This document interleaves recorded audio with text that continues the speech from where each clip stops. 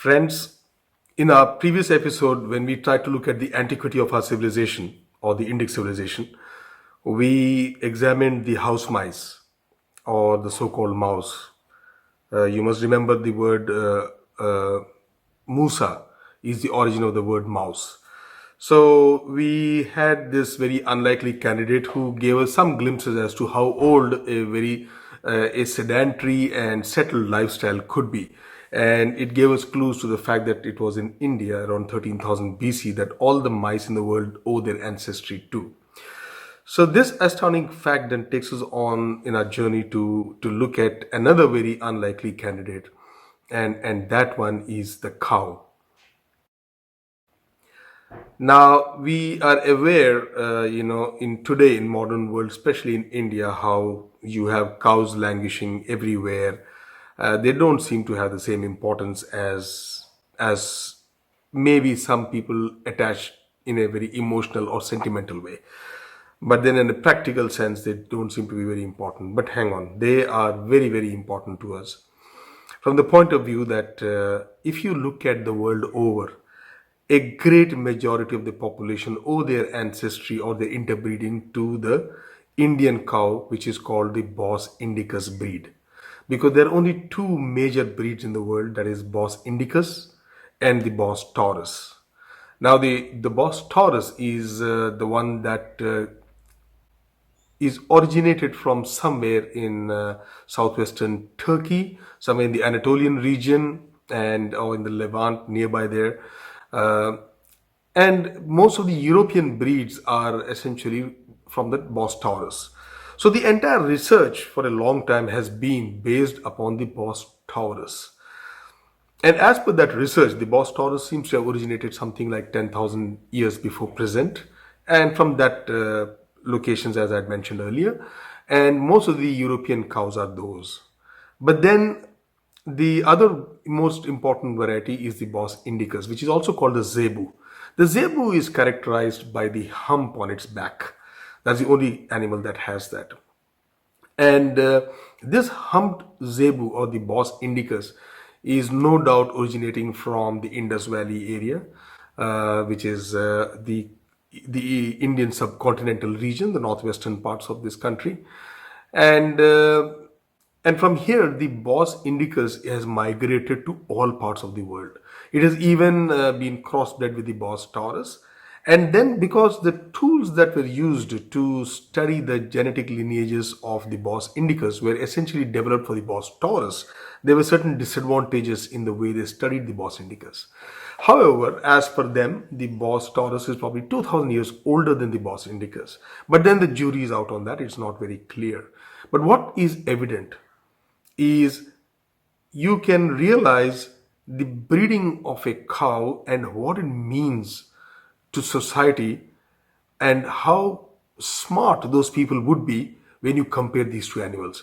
Because the Bos indicus is sought after the world over because it has got certain properties by which it is much more resistant to weather patterns. It is much more resistant to a lot of diseases. Its milk has got a lot more properties, to the extent that the milk of the Bos indicus is sold as type A milk or something on American shelves, supermarket shelves, and they are more expensive because they are supposed to be better for children. So there are certain advantages in the Bos indicus breed, and you will be unaware that the Bos indicus breed has actually taken over all places from America to Brazil, South Africa, rest of the African continent, and then even as far as New Zealand.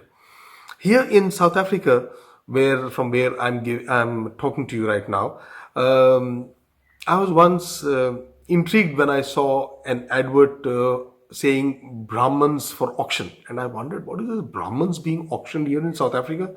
When I went out to check the auction details, what it was doing was they were auctioning a particular breed of cows and oxes, and these were very sought after. And then when I studied a bit more, I realized that these Brahman breeds are essentially Indian Bos indicus breeds that were bred by American traders, And they were now selling it to the entire world, and they thought, let's name it something. And they realized that the Brahman caste is something supposed to be quite an exclusive caste there. So they named it Brahman out of total ignorance.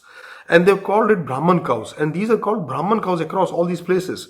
And the Brahman cow was introduced in South Africa something like in the late 90s. And at that time, they were just about 4% of them, and the rest was Afrikaner cows. And today, 67% to 72% of the cows in South Africa are all Brahman cows. They become so popular. They've completely defeated the local cows in terms of their demand because of their properties that they have. And the same has been the story in Brazil to New Zealand. So this is the kind of value that this cow holds for us. And this again is dated to something like 10,000 BC and prior. Now remember, this is not only about herding certain cattle, and it's of course not easy to do these genetic lineages, especially because there's so much of interbreeding, intermixing, and then there's a wild variety from which they should have been domesticated, and then the wild varieties are lost now, and all those kind of challenges are there. So it's not a very clear signal. But what is clear about the richness of a civilization or a culture is the product that has come from there, and the product is truly world class, is unbeatable. Even today, the Bos Indicus variety is so sought after the world over that it's a very, very important breed, and it has been successfully interbred with many others, and people crave after it. And this also then brought me to start looking at and linking between certain seals. I found certain seals from Mohenjo-daro and Harappa which had this bull tossing 6 to 7 to 9 people across, and that then reminded me of the Jallikattu agitation that was happening in Tamil Nadu some time ago. And then I realized that this is a practice that's been coming on for 5,000 or 10,000 years. And what is the practice? The practice is a method of interbreeding. How did they do it? They did it in all likelihood in the fact that annually they would have these kind of races amongst the bulls. And then the one that would win it, that farmer would be awarded with a decent, very good present. But that bull would then become available to the entire village and would become the property of the temple so that they can use that to breed further. And this happens on year to year. Now imagine if this happened from year to year for 5,000, 10,000 years or 8,000 years. You can imagine the kind of selective breeding that has happened, the kind of product that they've brought. You cannot do this in 2 days. It requires thousands of years of experience, human experience and human work and endeavor to bring that kind of a breed into the marketplace today.